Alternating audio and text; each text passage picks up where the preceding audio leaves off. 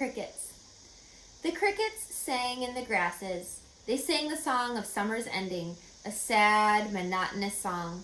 Summer is over and gone, they sang, over and gone, over and gone. Summer is dying, dying.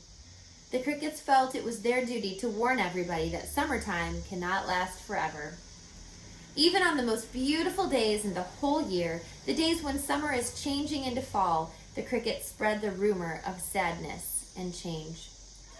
Everybody heard the song of the crickets. Avery and Fern Airball heard it as they walked the dusty road. They knew that school would soon begin again.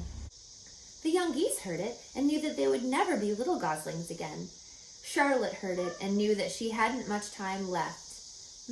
That's the second time she said that. What do you think she means? She hasn't much time left. Mrs. Zuckerman, at work in the kitchen, heard the crickets, and a sadness came over her too. Another summer gone, she sighed. Lurvy, at work building a crate for Wilbur, heard the song and knew it was time to dig potatoes. Summer is over and gone, repeated the crickets. How many nights till frost, sang the crickets. Goodbye, summer, goodbye, goodbye. The sheep heard the crickets, and they felt so uneasy they broke a hole in the pasture fence and wandered up into the field across the road. The gander discovered the hole and led his family through, and they walked to the orchard and ate the apples that were lying on the ground. A little maple tree in the swamp heard the cricket song and turned bright red with anxiety. Wilbur was now the center of attraction at the farm. Good food and regular hours were showing results. Wilbur was a pig any man would be proud of. One day, more than 100 people came to stand at his yard and admire him. Charlotte had written the word radiant. Wilbur really looked radiant as he stood in the golden sunlight. Ever since the spider had befriended him, he had done his best to live up to his reputation. When Charlotte's web said some pig, Wilbur had tried hard to look like some pig. When Charlotte's web said terrific, Wilbur had tried to look terrific. And now that the web said radiant, he did everything possible to make himself glow. It's not easy to look radiant, but Wilbur threw himself into it with a will. He would turn his head slightly and blink his long eyelashes. Then he would breathe deeply, and when his audience grew bored, he would spring into the air and do a backflip with a half twist. At this, the crowd would yell and cheer. "How's that for a pig?" Mr. Zuckerman would ask, well pleased with himself. "That pig is radiant." Some of Wilbur's friends in the barn worried for fear all this attention would go to his head and make him stuck up, but it never did. Wilbur was modest. Fame did not spoil him. He still worried some about the future, as he could hardly believe that a mere spider would be able to save his life. Sometimes at night he would have a bad dream. He would dream that men were coming to get him with knives and guns, but that was only a dream. In the daytime, Wilbur usually felt happy and confident. No pig had ever had truer friends, and he realized that friendship is one of the most satisfying things in the world. Even the song of the crickets did not make Wilbur too sad. He knew it was almost time for the county fair, and he was looking forward to the trip.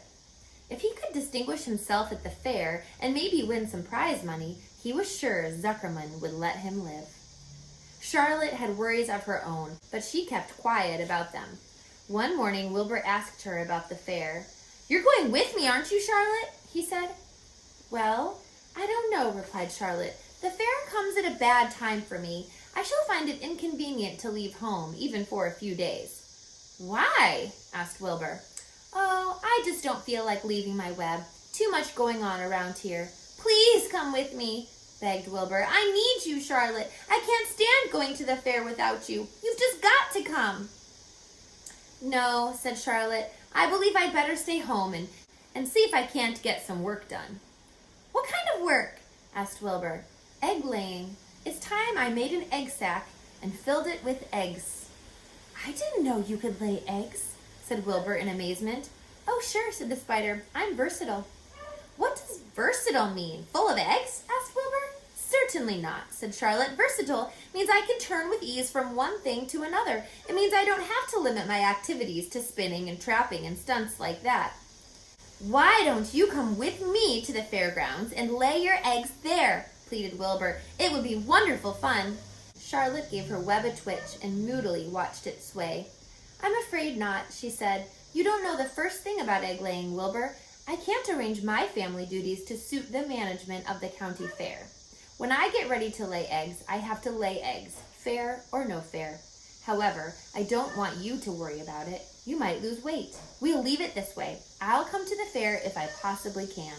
Oh, good, said Wilbur. I knew you wouldn't forsake me just when I needed you the most. All that day, Wilbur stayed inside, taking life easy in the straw. Charlotte rested and ate a grasshopper.